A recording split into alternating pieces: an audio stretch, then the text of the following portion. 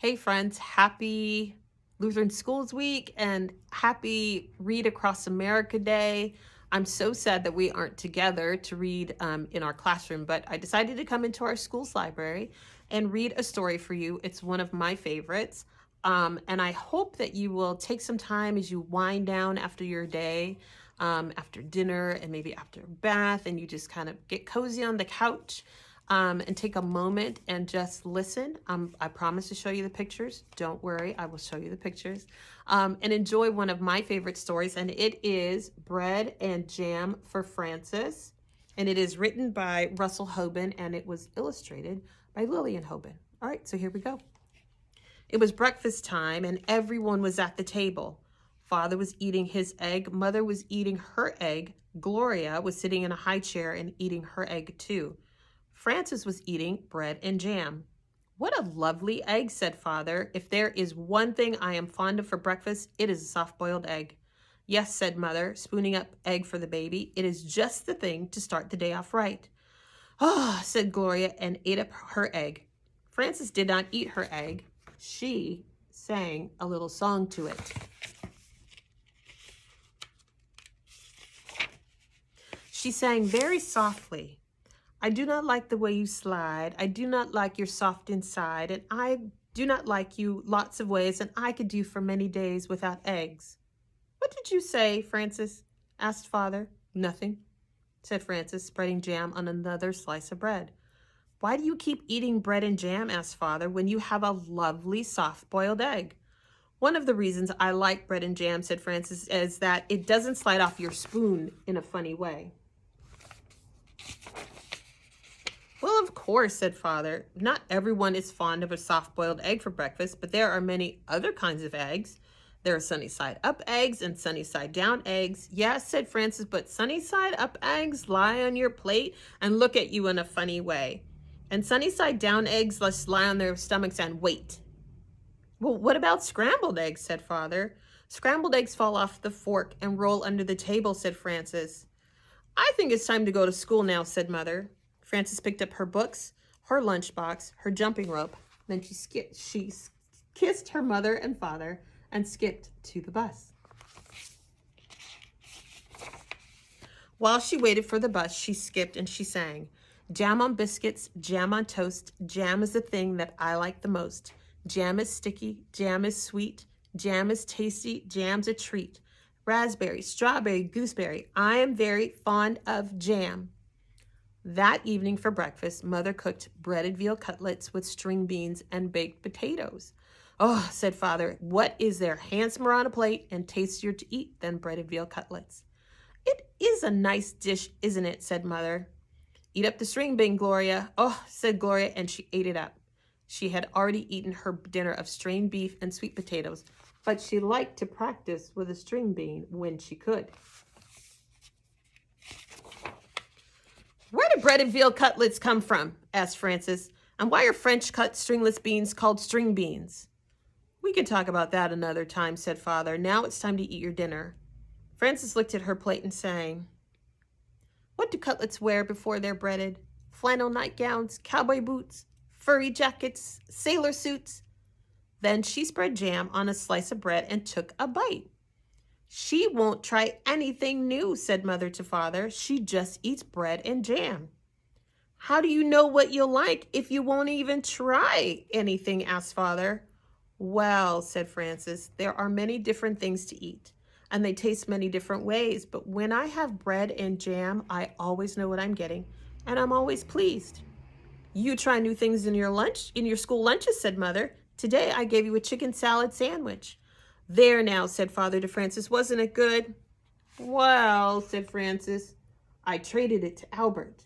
Well, what did you trade it for? Bread and jam. The next morning at breakfast, Father sat down and said, Now, I call that a pretty sight. Fresh orange juice and poached eggs on toast. That's a proper breakfast for you. Thank you for saying so, said Mother. Poached eggs on toast do have a cheery look, I think. Francis began to sing the poached egg song. Poached eggs on toast, why do you shiver with such a funny little quiver? Then she looked down at her plate and she saw she didn't have a poached egg. I have no poached egg, said Frances. I have nothing but orange juice. I know, said Mother. Well, why is that? Asked Frances. Everybody else has a poached egg. Even Gloria has a poached egg and she's nothing but a baby. But you don't like poached eggs, said Mother, and that's why I didn't poach one for you. Here, have some bread and jam if you're hungry. So Frances ate bread and jam, and she went to school. When the lunch bell rang, Frances sat down next to her friend Albert. What do you have today? Said Frances.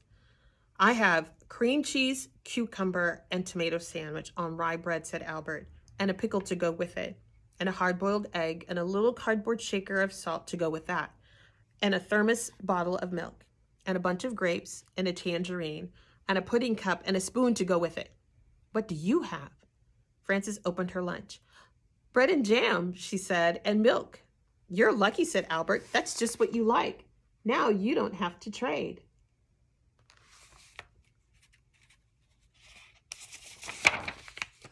That's right, said Frances, and I had bread and jam for dinner last night and for breakfast this morning.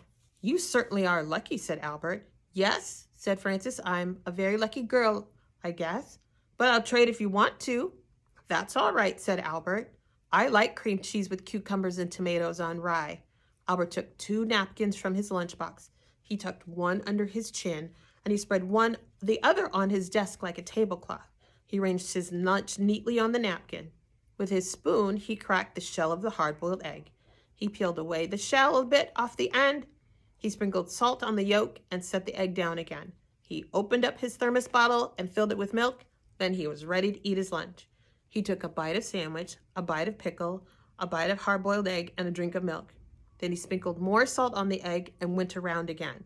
Albert made the sandwich, the pickle, the egg, and the milk all come out even. He ate his bunch of grapes and his tangerine.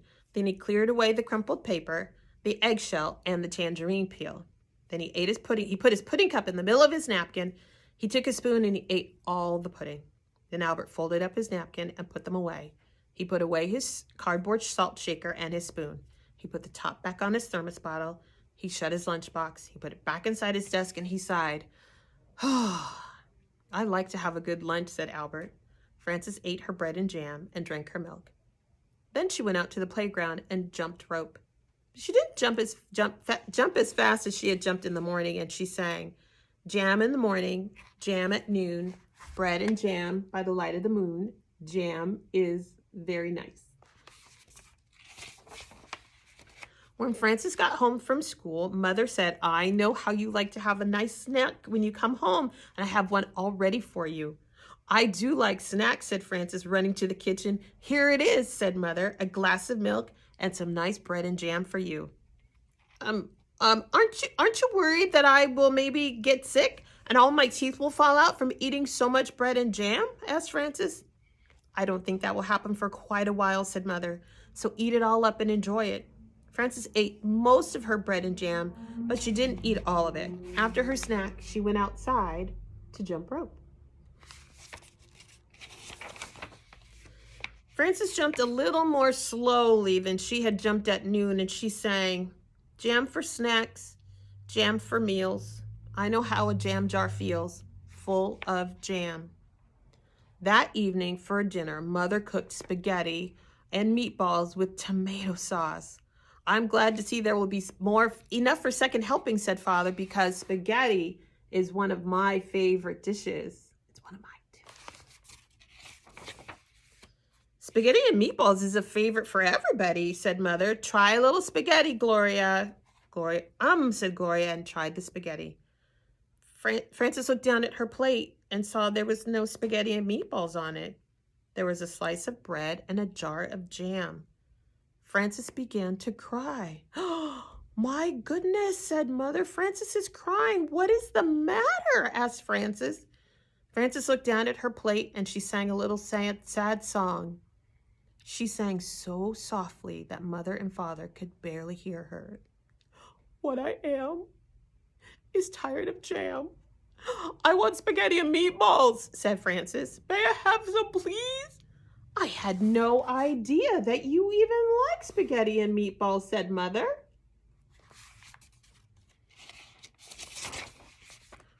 How do you know what I'll like if you won't even try me? Asked Frances, wiping her tears. So Mother gave Frances spaghetti and meatballs, and she ate it all up.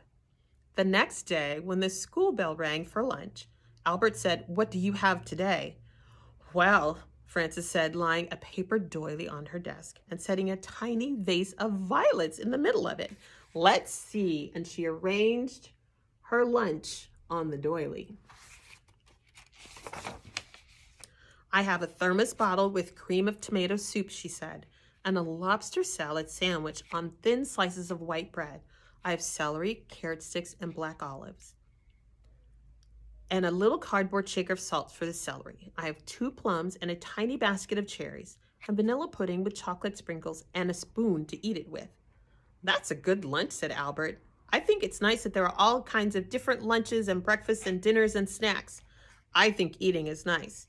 "So do I," said Frances. And she made the lobster salad sandwich, the tomato soup, the celery, the carrots, and the black olives all come out even. The end. Hey, my friends, thank you for spending some time with me tonight, and I hope you enjoyed this book as much as I enjoy it. And maybe that's a lesson for us, right? That maybe we should try some different foods that maybe we haven't tried before because we just might like it. All right, my friends, I love you. I miss you. I look forward to seeing you, hey, hopefully this week, right? Thursday at Blaze Pizza, Friday for drive-through pictures and treats, and Sunday for the flower truck. All right, my friends, I'll see you soon. Bye.